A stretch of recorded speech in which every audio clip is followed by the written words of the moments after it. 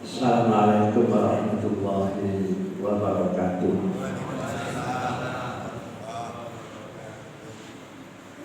Alhamdulillahilladzi arsala rasulahu bil huda wa dinil haq liyudhhirahu 'ala dini kullihi wa kafaa billahi shahida. Allahumma shalli wa sallim wa barik 'ala Muhammad wa ala alihi wa ashabihi ajma'in. Jamaah salat subuh rahimakumullah. Kajian rutin kita tadabbur ayat-ayat tematik Qur'ani pada pagi hari ini mengambil surat Fatir ayat 32 dan surat As-Sajdah 24. Apa alasannya kita ambil ayat ini? Di dalam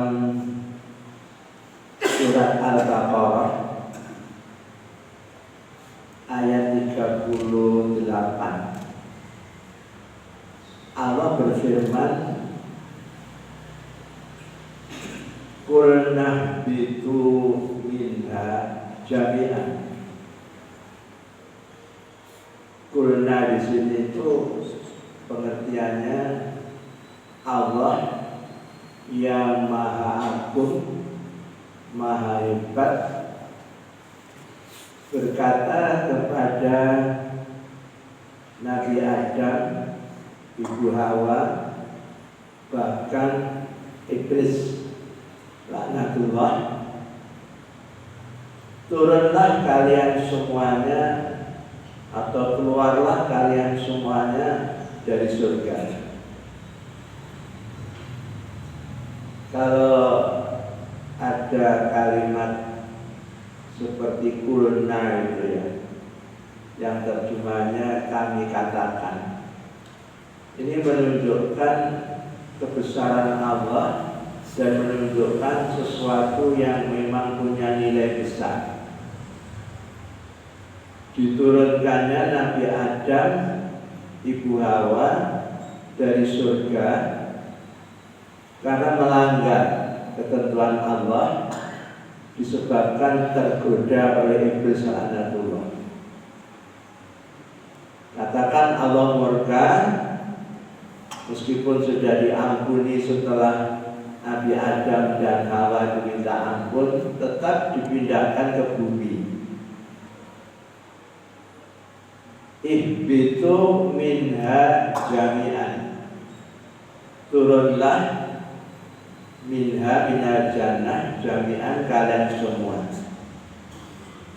Tentunya dari surga yang demikian nyaman, demikian sempurna, tidak ada rasa susah, rasa takut, sampai Allah mengatakan wa kula ragadan, makanlah kamu berdua Adam Hawa, ragadan itu sapuasmu, haitsu itu masakarmu, majalah gratis. Di surga itu tidak ada sesuatu yang membuat orang itu merasa tidak nyaman. Surga kita nanti, sampai-sampai nyuwun sewu, orang start buang air besar itu tidak ada. Orang berkeringat tidak ada. Keringat kan membuat kita tidak senang, sebab juga menyusahkan. Loh kok bisa? Makanya Nabi mengatakan kalau berbicara surga itu mahadar fi dinillah, belum pernah terlintas dalam benak manusia. Kok orang makan minum tapi tidak fat, aneh kan? Ya itulah surga. Dibuktikan saja nanti kita masuk sana. Masuk apa? Masuk enggak katanya? Masuk. Saya sampai capek berkali-kali mengatakan kita semuanya ini pasti masuk, pasti sudah. Karena tiket surgawinya sudah kita miliki. Cuma masuknya langsung apa transit dulu itu tidak masalah. Nah yang diinginkan transit atau langsung? Alhamdulillah. Ngomong langsung tuh konsekuensinya berat. Sholatnya ke duduk masjid, berjamaah, seneng sedekah, seneng ngaji baca Quran, seneng istighfar. Nah, begitu diturunkan di bumi, susah, bumi serba susah. Maka Allah terus mengatakan apa kepada Adam dan Hawa? Fa imma ya'tiyanakum minni hudan. Siapa nanti di dunia ini mau mengikuti petunjuk-petunjukku yang dari masa ke masa diturunkan melalui para nabi, para rasul itu, faman tabi'a hudaya fala khaufun 'alaihim wa lahum yahzanun. Ku jamin kata Allah, yang mengikuti petunjukku di dunia yang serba tidak enak itu tidak akan merasakan takut dan susah. Ayat ini pesan penting. Kalau ingin hidup bahagia, tenang, tidak susah, tidak khawatir, tidak takut, ikuti petunjuk. Nah, sekarang ini kita umumnya merasa gelisah. Antara lain menghadapi tanggal 14 Februari. Gelisah. Sing endi sing tak pilih. Kabeh apik. Kabeh ya wong Islam. Gak ada sing gak Islam. Bingung milih. Dalam kondisi seperti ini, ayo kita kembali kepada petunjuk Allah. Bagaimana caranya memilih pemimpin itu menurut Allah. Nah, petunjuk ini terdapat dalam dua ayat tadi itu. Antara lain, ayat yang lain ada ini. Fatir 32, As-Sajdah 24.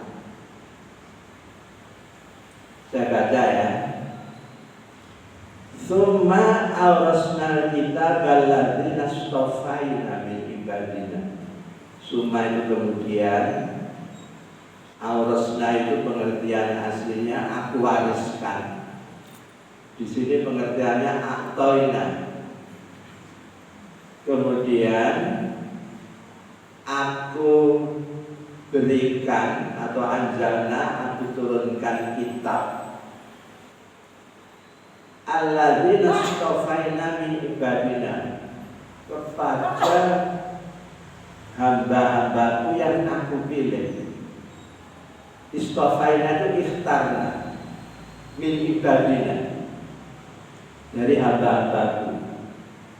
Saya baca dalam kitab Tafsir Ibnu Katsir, ibadina hambaku ini pengertiannya hamba-hamba Allah yang beriman. Karena sebenarnya yang pantas disebut hambaku, hamba Allah itu yang beriman. Jadi Allah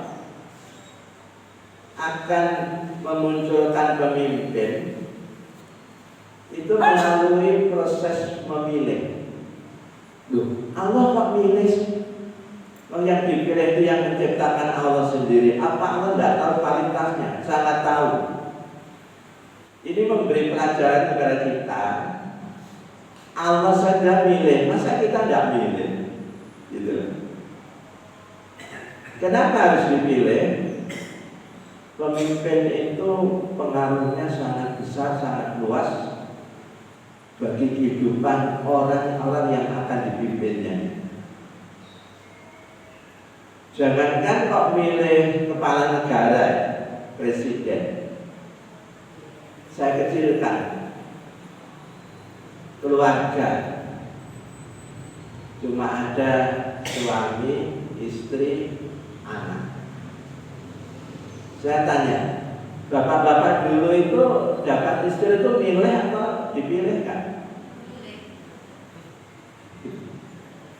Atau dipaksa milih? Siapa sih maksakan sih? Ibu-ibu milih suami dulu itu dengan proses milih teliti ya, ya. Insya Allah memilih bisa salah. Saya kan pernah cerita, umumnya para mahasiswa itu milih calon suami, calon istrinya itu enggak tanggung-tanggung, 8 semester paling enggak, melalui proses yang mereka sebut dengan berpacaran. Mereka mengartikan berpacaran itu pendalaman. Saya kaget ketika mendengar pendalaman. Oh, nek baru pendalaman terus pengamalan ya Mas ya. Itu istilah P4. Bisa enggak punya mencapai pemilihan yang baik 8 semester. Karena apa? Saya beritahukan kepada mereka, kalian itu kalau mengandalkan pacaran itu salah. Salah Pak. Kenapa Pak? Pacaran itu kamu sebut indah, menarik, memikat. Karena hakikatnya pacaran itu masa-masa menyembunyikan cacat. Jadi cacat itu tekan, yang baik dimunculkan mesti indah. Begitu nanti sudah selesai pacaran menikah, nah aslinya itu muncul. Saya beri contoh, saya bilang. Saya kalau ngomong sama mahasiswa suka luka saja. Tanggal tua, si doi itu mendatangi pacarnya, ceweknya itu. Lah kok menawarkan ngajak jalan-jalan dan makan-makan. Si pacar kan terkejut, tumben sih Pak, tanggal tua gini ngajak makan-makan segala ya. Jawabnya indah. Saya tadi baru dapat kiriman. Padahal enggak kok, jual celana itu. Mulai celananya gak ganti-ganti. Nah didol terus ya. Ibu-ibu itu waktu akan menikah itu membayarkan suaminya itu dekat. Begitu sudah menikah, walah, jadi selama ini kamuflase. Makanya harus dipilih. Memilih pemimpin imam itu tidak cuma dalam masalah muamalah, ibadah itu ya. Sholat seperti tadi itu kan oleh Nabi dianjurkan harus ada pemimpin, disebut imam. Pemimpin itu imam, leader dalam bahasa asing, jawabannya a'imah. Kalau kepala itu chief, rais, jamaknya ruasa. Untuk jadi imam itu enggak sembarangan. Ada aturan yang harus dimiliki, yang diterapkan. Pertama apa? Aqra'ul, yang bacaannya paling baik, paling benar. Sebab kalau imam ini bacanya tidak baik, sholatnya imam itu sangat berpengaruh terhadap kualitas kekhusyuannya sholatnya makmum. Tajwidnya rusak itu ya, makmum itu sambil sholat itu merasa mana apa sih makmum ini, bacaannya tidak karu-karuan. Sampai-sampai itu intonasi aminnya makmum itu sangat dipengaruhi oleh gaya intonasi waladolinya imam. Kalau imam itu baca waladoli melengking tinggi waladolin, dapat dipastikan aminnya itu mesti melengking tinggi. Boleh dicoba.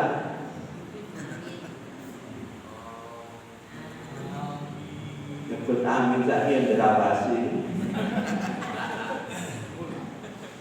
Masuk dungo waladolin itu jawabnya gak cuma amin, makbul.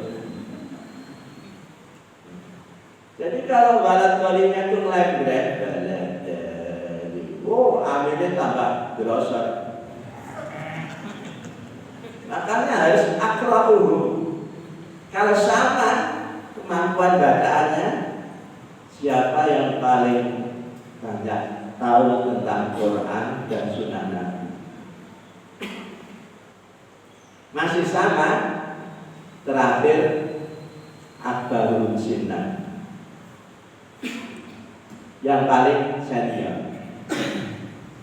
Ini loh urusan imam di sholat itu tidak boleh. Saya senior bacaan udah karuan.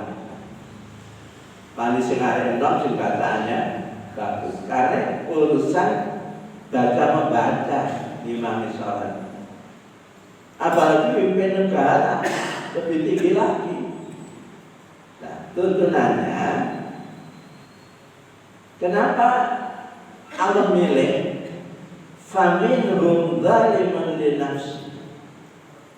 Karena di antara hamba itu walaupun beriman, kualitasnya suka menganiaya diri sendiri, dzalimun linafsi. Istilah Qur'annya, orang yang suka berbuat pelanggaran itu dinamakan orang yang menganiaya diri sendiri. Karena setiap pelanggaran kemaksiatan itu akan mengundang kesengsaraan. Kalau tertangkap polisi, terendus KPK, jelas sengsaranya. Tidak diketahui polisi, KPK sekalipun, orang berbuat kesalahan itu tidak tentram hidupnya. Kalau sudah tidak tentram, ya sudah tidak bahagia. Koruptor ya, tingkat kakak, tidak terendus KPK, lagi istirahat menikmati tayangan TV menayangkan penangkapan koruptor, deg-degan. Bahkan tidur malam itu tiba-tiba mendengar ada mobil berhenti di depan rumah, itu kaget. Mobil lontong. Makanya kalau ingin bahagia, jangan melakukan pelanggaran.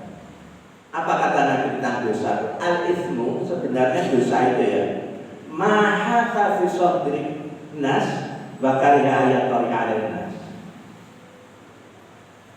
Dosa itu sesuatu yang terbesit dalam jiwa seseorang dan dia tidak ingin diketahui orang lain. Maha kafi sodri nas, maha kafi sodrika. Di sini diumpet gitu. Jangan sampai orang lain tahu. Ada orang berbicara tidak menyangkut dirinya, tapi dosa yang diceritakan sama, deg-degan. Itu kedosaan. Hindari. Nah, karena di antara hamba itu ada yang suka melanggar, dzalimun linafsi. Ini tipologi orang yang dikuasai nafsu amal. Meskipun beriman, kejahatannya, pelanggarnya itu lebih banyak ketimbang baiknya. Nyaris baiknya itu minim banget. Nah, untuk seperti ini dipilih jadi pemimpin rusak. Mungkin kalau contoh zaman-zaman sekarang itu ya, orang sudah jelas tahu korupsi, tahu melanggar HAM berat, kok dipilih itu alah kebangetan. Waminhum di antara hambaku muktasib. Ini tipologi kedua. Muktasib itu sedang-sedang. Orang yang didominasi nafsu lawaman, dari orang Jawa lawaman. Cirinya suka berbuat baik sekaligus suka melanggar. Ya senang zikir, wirid, baca Quran, tapi menggibah ngrasani terus-terusan. Ya senang sedekah, tapi ngencet ya gelem. Ini muktasib. Orang seperti ini dipilih jadi pemimpin rusak Pak, dititi terus rakyatnya. Allah tidak mau. Wa minhum terakhir sabiqun bil khairat bismillah.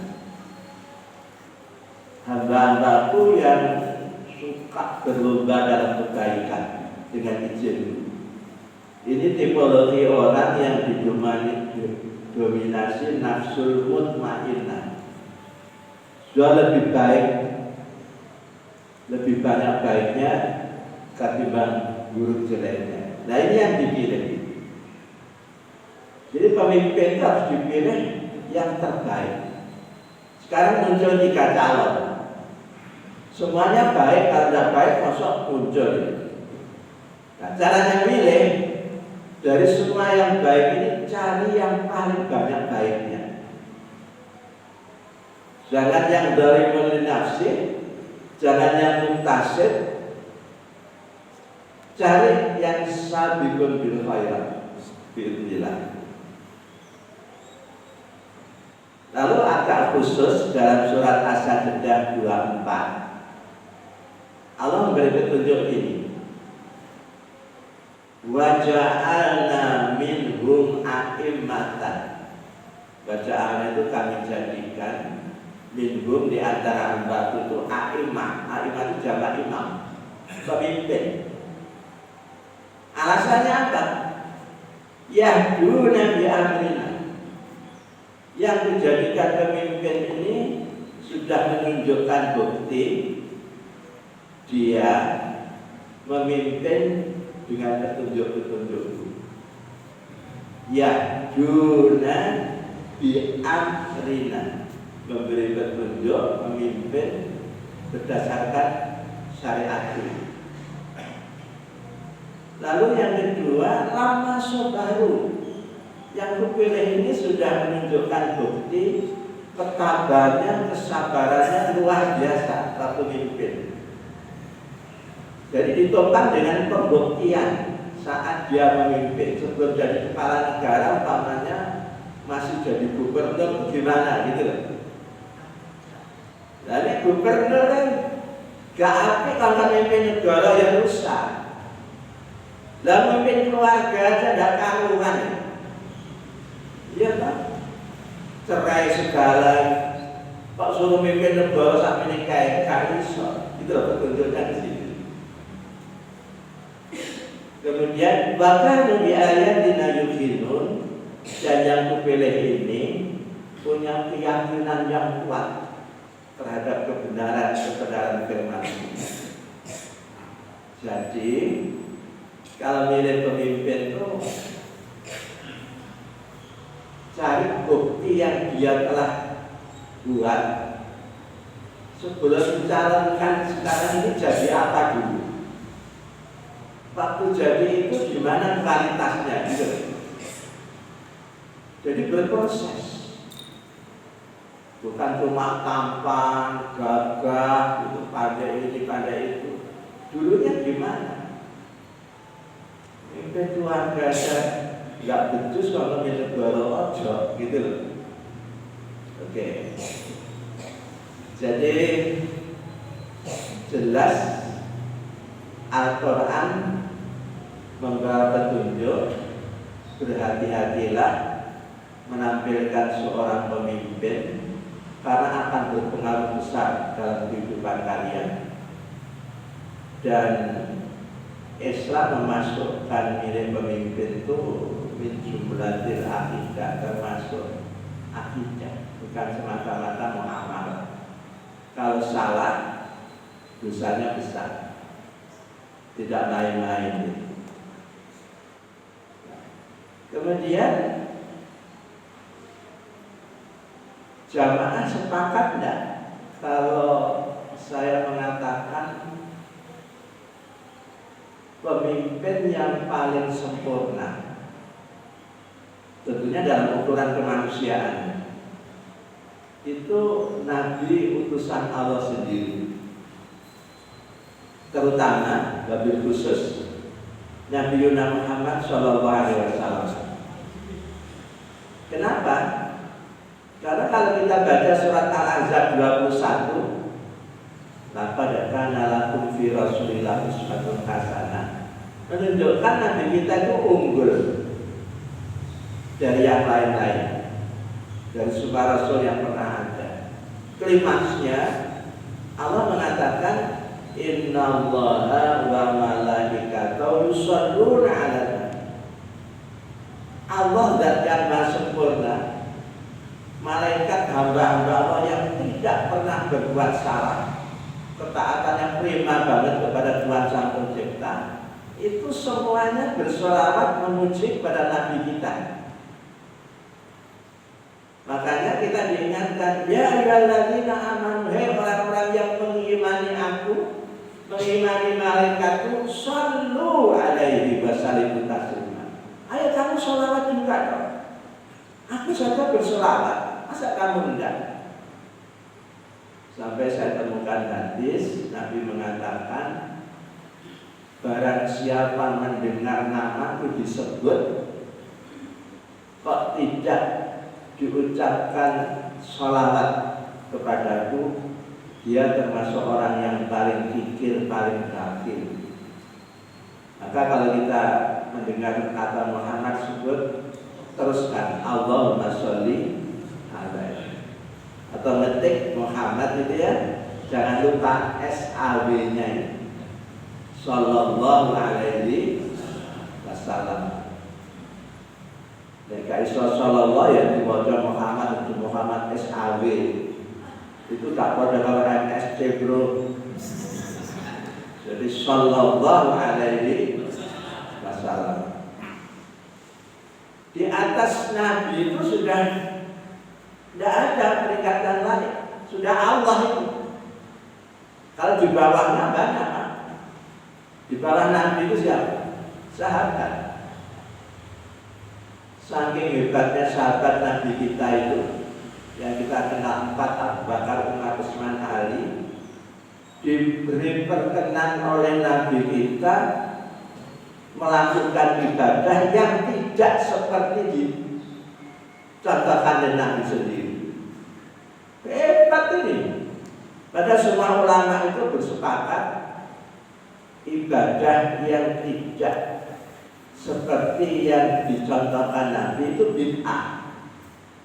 Wa kullu bid'atin dhalalah, setiap bid'ah itu sesat. Tapi sahabat Nabi 4 itu boleh berbeda. Boleh berbeda. Saya ingat dulu waktu saya mulai belajar biar bisa istiqomah sholat malam, yang saya contoh itu sholat malamnya Abu Bakar Siddiq. Padahal Nabi tidak memberi contoh langsung seperti Abu Bakar. Gimana? Abu Bakar itu habis sholat Isya 4 rakaat, terus sunnah rawatib ba'diyahnya 2 rakaat, kadang 4 rakaat, langsung sholat witir 3 rakaat. Kan ceritanya diprotes umat, kok cara nikah sholat begitu kok sambung kalau Isya. Padahal Abu Bakar tidak bangun malam. Saking tahunya hebatnya sholat tahajud, saking takutnya kalau dan tidak bangun, witir itu didahulukan. Kalau nanti bisa bangun, ya tahajud tanpa witir. La witrani fil lailah, tidak ada 2 witir dalam 1 malam. Tapi kalau malam tidak bisa bangun, dia sudah dihukumi tahajud. Karena witir itu termasuk tahajud. Gitu. Saya dulu saking inginnya bisa istiqomah itu niru itu. Lama-lama memang tidak enak ya. Asar bekas kejiwaan kita itu sholat seperti itu tidak seperti kalau sholat tahajud itu didalui dengan tidur. Namanya ada tahajud, dari kata tahajud itu kan bangun malam, bangun dari tidur. Kalau tidak didalui tidur itu bukan tahajud namanya, qiyamul lail. Seperti tarawih kita itu qiyamul lail. Contoh lain yang lebih dari itu, Umar bin Khattab sendiri. Umar itu kalau sholat tarawih, kan yang mulai tarawih berjamaah setelah Nabi memberi contoh 3 malam itu, terus Nabi tidak keluar lagi ke masjid itu, diteruskan tarawihnya di rumah. Kan Umar yang pertama melalui, yang memberi contoh. Berapa rakaat?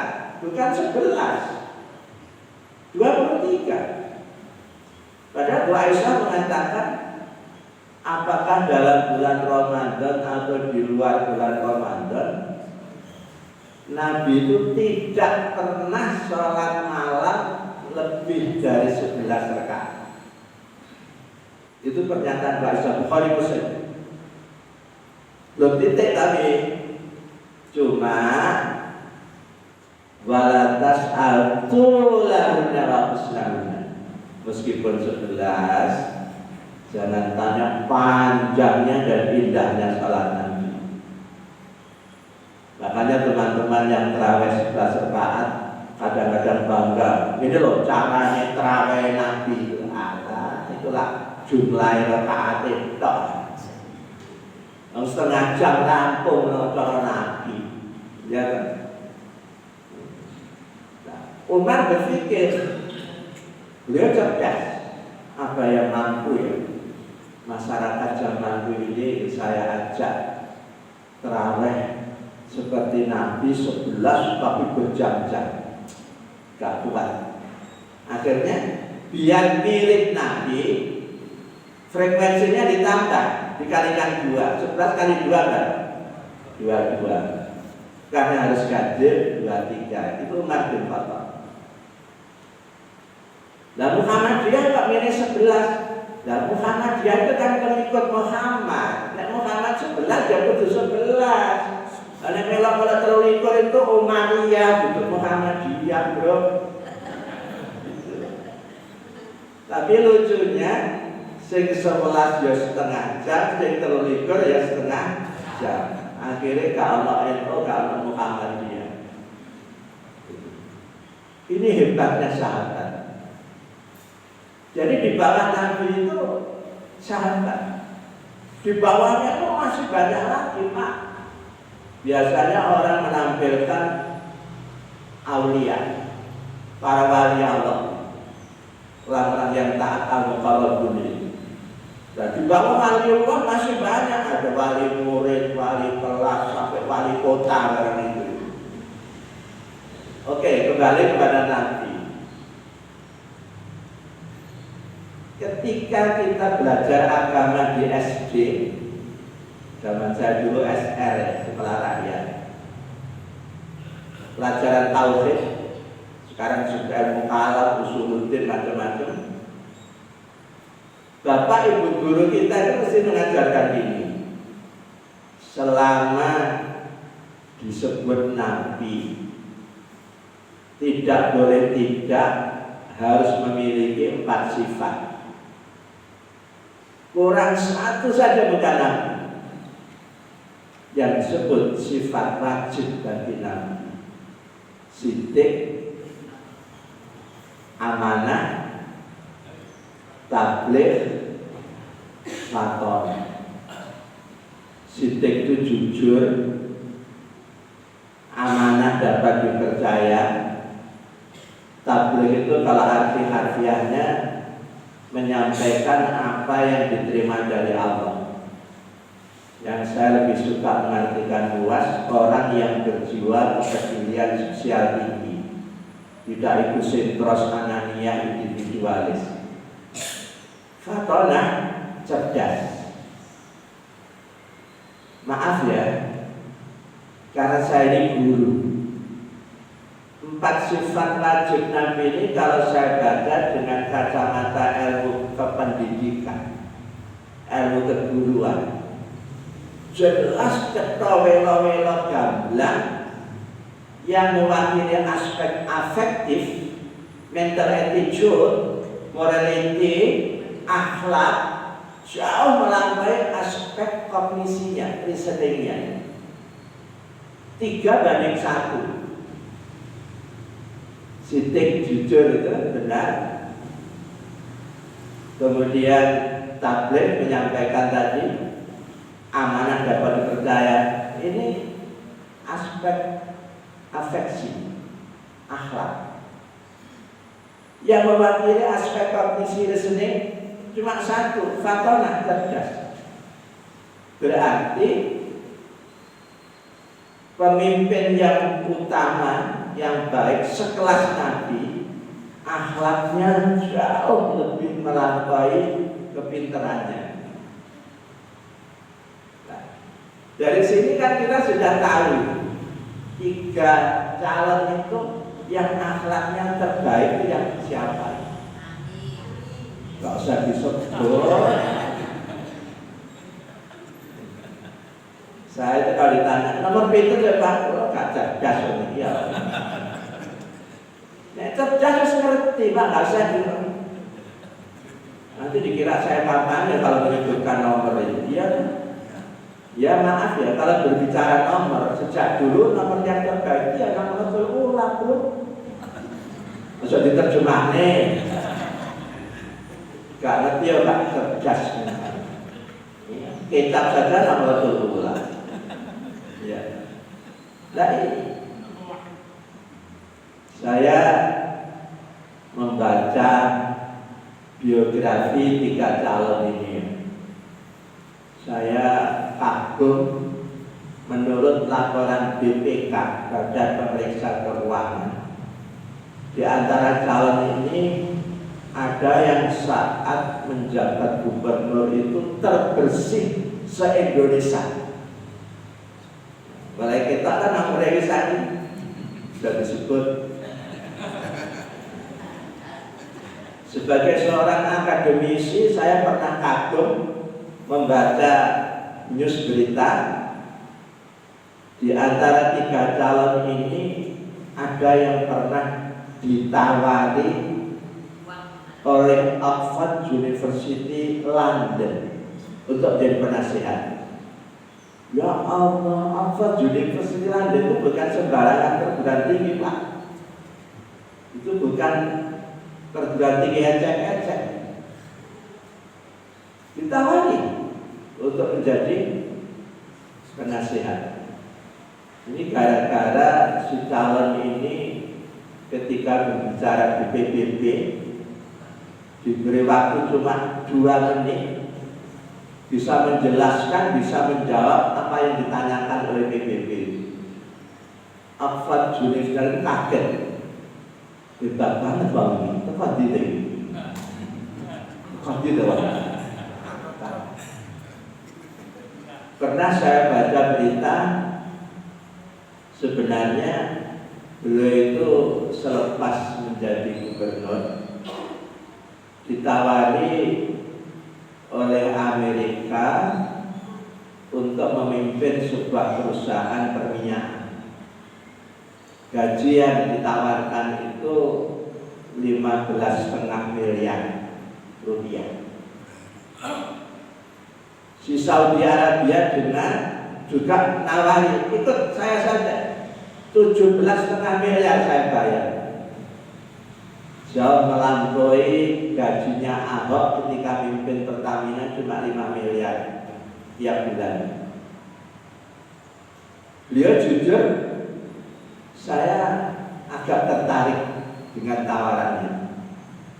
Cuma ketika seorang pimpinan partai menawarkan kepadaku untuk dicalonkan mimpin Indonesia, yang jelas seorang pemimpin nanti banyak ruginya dari aspek finansial ketimbang dapatnya, yang jujur itu. Beliau melupakan tawaran Amerika dan Saudi, dipilih yang ini. Karena aku ingin membuat perubahan Indonesia, negaraku yang selama ini tidak baru-baru, lama saja.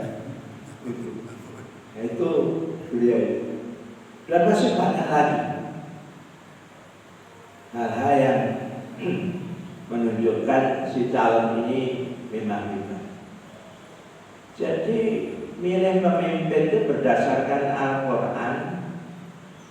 Lihat jauh sebelum kamu akan pilih jadikan pemimpin itu, gimana sih kepribadiannya, gimana sih karyanya, itu jadi patokan. Tidak terus dipilih begitu aja. Saya beri contoh. Saya menemukan hadis, ternyata para nabi, pemimpin umat itu, umumnya mereka itu sebelum tampil dipilih sebagai utusan Allah, diberi pekerjaan menggembala domba. Saya temukan di dalam hadis Bukhari, Nabi itu mengatakan, saya juga seperti mereka para nabi menggembala domba. Sahabat kan bertanya, "Fakaifa anta ya Rasulullah? Apakah kamu juga seperti itu ya Rasul?" Qala na'am, iya. Wa kuntu ana al-ahli ahli Makkah bil khalal. Saya juga menggembala domba-dombanya orang Mekah. Cuma upahnya minim banget. Bil khalal itu maknanya biujratin qalilah. Saya baca hadis itu berpikir, loh katanya Nabi itu orang yang al-amin, kok diupah sedikit itu gimana? Jawabannya, ini saya ditarik-tarik, tidak pernah saya temukan jawabannya. Beliau Nabi kita itu terlalu muda. Kan sebelum beliau itu ikut sang paman ke Syam berdagang. Jadi sekitar 10-an tahun.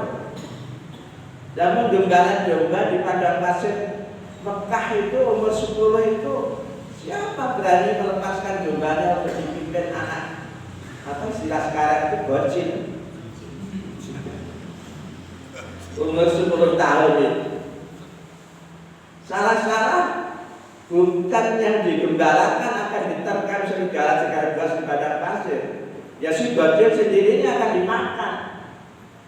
Ya karena ingin meringankan beban ekonomi sang paman, Nabi siap walaupun upahnya itu sedikit.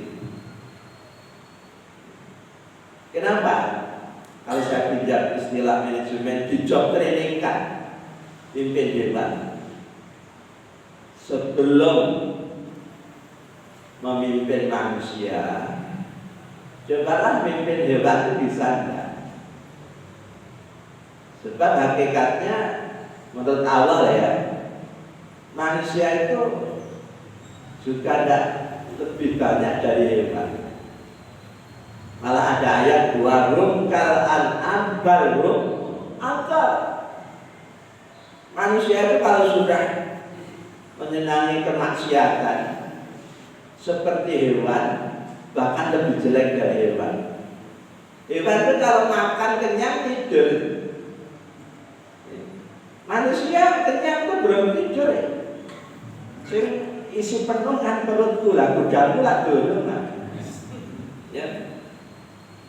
Lebih rakus. Kalau bisa mimpin hewan, insya Allah mimpin manusia akan berhasil. Di job training kan. Maka pemimpin yang baik itu muncul melalui proses job training.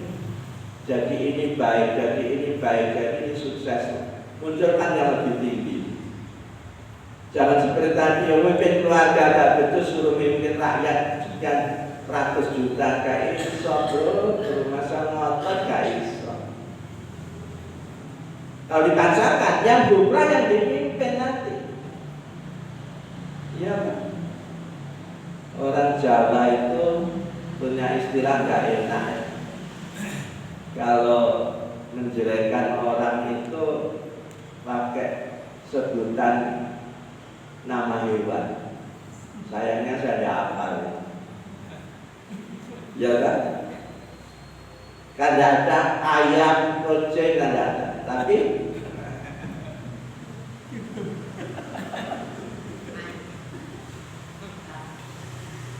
Bapak Ibu, saudara yang saya hormati, kalau berdasarkan survei yang benar ya, kenapa saya katakan survei yang benar? Banyak survei justru tidak benar. Ya, pesanan. Dalam survei itu belum diadakan, hasilnya sudah diumumkan. Seperti yang disindirkan Amerika itu. Waduh, orang Indonesia itu hebat. Hebat banget. Kenapa hebat? Kalau di negara Amerika pemilihan umum itu diselenggarakan, paling cepat itu 3 hari hasilnya baru diumumkan. Dan di Indonesia belum diadakan, sudah diumumkan hasilnya. Itu sindiran. Kalau realitasnya, insya Allah yang akan menang itu sudah kelihatan. Cuma yang kita khawatirkan itu kan pelanggaran-pelanggaran yang terjadi. Ada seorang analisis berkata gini, betul-betul Allah membuka keburukan kita tanpa disengaja ditemukan pelanggaran kartu suara di Taiwan yang kartu suara itu sudah tercoblos. Nah, apa tidak mungkin secara akal terjadi juga pelanggaran seperti ini untuk negara-negara yang lain? Kan kita tidak tahu. Sepertinya tidak mungkin kalau di satu negara ini terbukti ada pelanggaran yang di negara lain tidak. Tapi kita tidak bisa membuktikan sampai sekarang. Belum lagi yang melalui pengaruh uang dan sebagainya. Silakan baca koran, mass media, ikuti TV. Setiap hari itu muncul pelanggaran-pelanggaran. Nah, biar tidak susah, tidak takut, tidak khawatir, petunjuk Allah gimana? Melalui nabinya dikatakan ad-doa silahul mu'min. Doa itu sebenarnya senjatanya orang beriman. Kalau akal sudah mentok, harapan seperti sudah buntu, doa itu sangat-sangat mustajab. Masih ingat hadis yang terkenal 3 musafir karena hujan lebat berlindung di dalam gua, tiba-tiba batu jatuh menutup pintu gua. Secara akal tidak mungkin bisa keluar, mesti mati di dalam gua. Namun melalui doa bisa selamat. Masing-masing berdoa, menyampaikan apa yang pernah dilakukan kepada Allah, dan bermohon kalau memang amal itu kau ridhoi ya Allah, bukakan pintu gua ini, bergeser batu ini sedikit sampai bisa keluar. Kalau ayatnya paling tidak kita pernah membaca ayat begini, berapa banyak kelompok-kelompok yang sedikit kecil bisa mengalahkan kelompok yang besar dengan izin Allah. Kam min fi'atin khalilatin ghalabat fi'atan kafiratan bi'idznillah. Khalilah di sini termasuk sedikit dananya. Kita tidak punya dana dibandingkan mereka. terakhir ditemukan pelanggaran masuknya dana dari luar yang tidak melalui proses yang wajar, nilainya dolar. Berapa banyak kalian lihat dalam kehidupan secara manusia ini, kata Allah, kelompok yang sedikit, yang lemah bisa mengalahkan yang besar dengan izin Allah. Caranya gimana? Nad'u ilallah, kita mohon kepada Allah. Maka mendekati tanggal 14, kalau kita sudah punya pilihan sesuai dengan petunjuk Allah, berdoalah selalu kepada Allah dengan menegakkan waktu yang ditunjuk Allah sendiri di sepertiga malam akhir, di mana Allah turun ke langit dunia, sangat dekat dengan kita, dan pertama menyuruh, berdoalah wahai hambaku kepadamu. Kedua, saya berjanji akan memenuhi doamu. Jadi jangan piam ye ya apa nanti itu ya. Semuanya sudah jelas. Tegakkan sholat malam. Ini saat yang terbaik, yang lebih mendorong kita mohon kepada Allah. Kalau sampai yang terpilih nanti tidak seperti yang dipilihkan oleh Allah, apa yang akan terjadi di negara kita? Lebih dahsyat, lebih menyeramkan. Istilah yang keren yang sering kita dengar, sebenarnya kondisi negara kita sekarang ini tidak dalam keadaan baik-baik saja. Itu kalimat yang sopan. Tidak dalam keadaan baik-baik saja, berarti dalam keadaan yang serba buruk.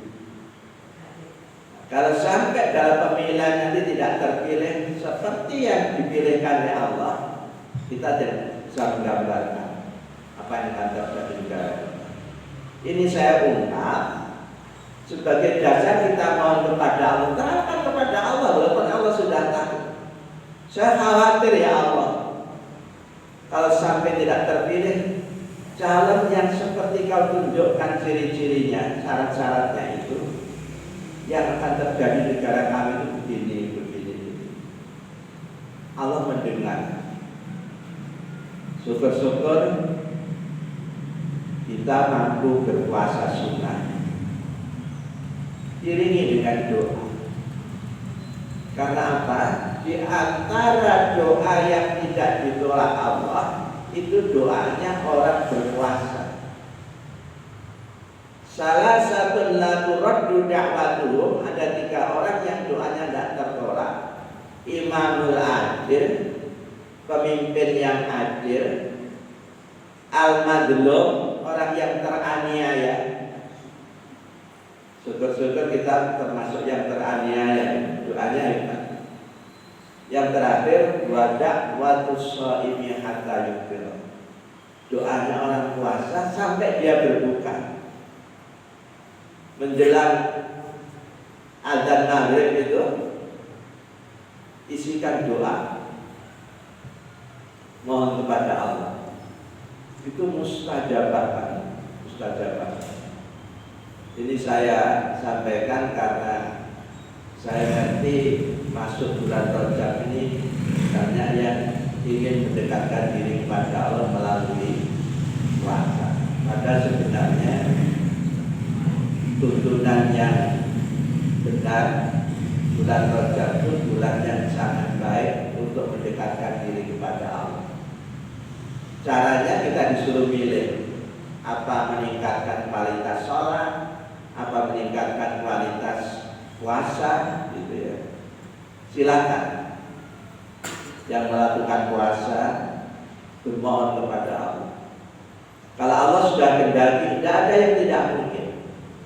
Terakhir yang penting, jangan sekali-kali sebagai orang yang bertuhan seperti kita ini terkena sifat frustration, keputusasaan. Ini hukumnya haram.